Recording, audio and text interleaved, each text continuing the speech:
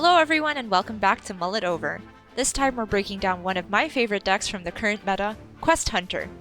After its great performance in APAC in Week 2 of Grandmasters, I expected to see more of it in Week 3, but for LHS it was actually only played in EU and Americas. The bread and butter of this deck is of course to keep cheap damage spells in order to progress your quest, but knowing which of them to keep and when is key.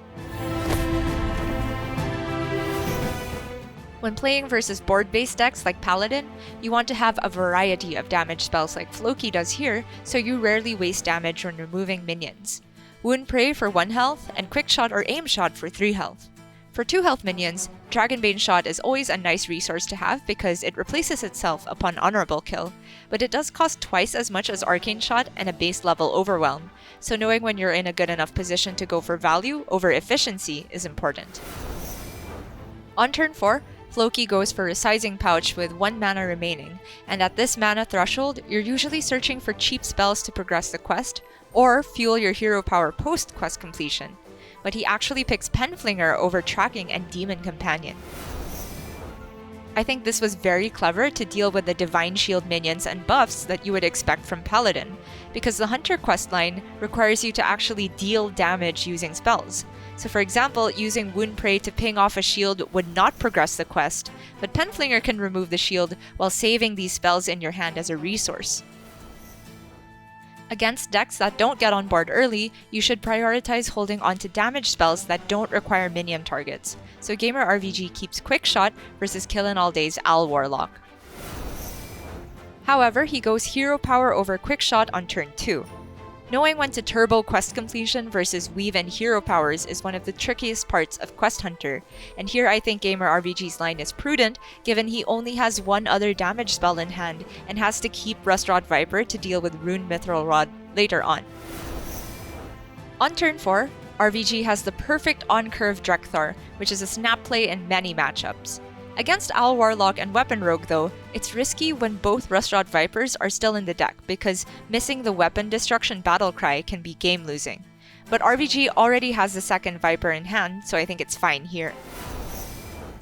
It's true that the Warlock can have the second Rod, but in this case, the tempo that RVG got from destroying the first one and negating Killin' All Day's turn 5 bought him enough of a lead to still close out the game.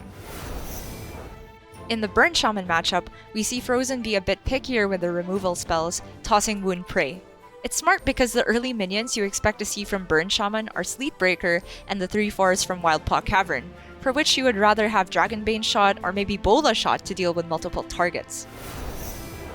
Frozen also gets Drekthar on curve, which unless the Shaman has spell damage plus Landslide, is great to soak up their burn spells and win the race for damage.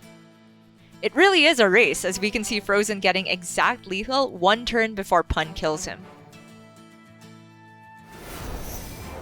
Speaking of, against Weapon Rogue, you should toss the quest like McBanderface because the rewards really don't matter when it's just a straight up race for face damage.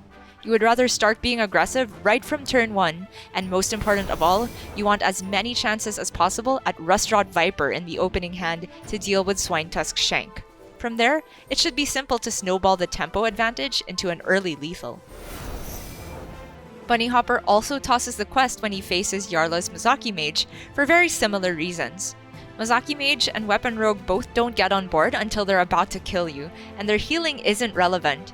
The matchup generally won't last long enough for Rogue to get armor from Shadowcrafter Scabs, and you as the Hunter shouldn't proc Ice Barrier from Mage unless you somehow have 8 or more immediate damage from attacks.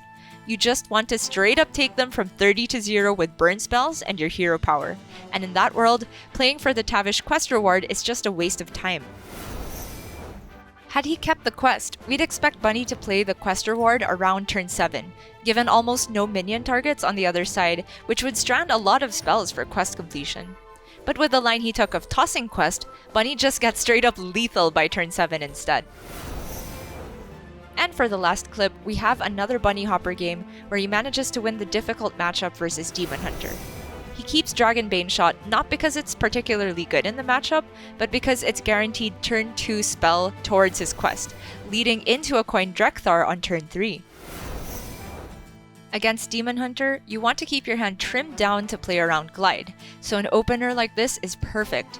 On turn 4, it's actually pretty difficult for DH to answer a Drekthar board, especially if both summons are 3/4s. It would take Talented Arcanist plus Immolation Aura, or in this case, Fel Barrage. However, no Arcanist for Jarla means that he has to take a partial clear, and Bunny gets tons of damage in the early game. By the mid-game, Bunny just doesn't need to get on board anymore, and in fact this makes it harder for Jarla to use Fellscream Blast to gain enough healing. With Bunny's hyper-aggressive approach to dumping cards, he leaves himself better prospects for a Furious Howl top deck and is never weak to Glide. In the end, he benefits when Jarla is forced to Glide to find outs just to stay alive. And that's all for Quest Hunter. As always, catch you next time with a different deck.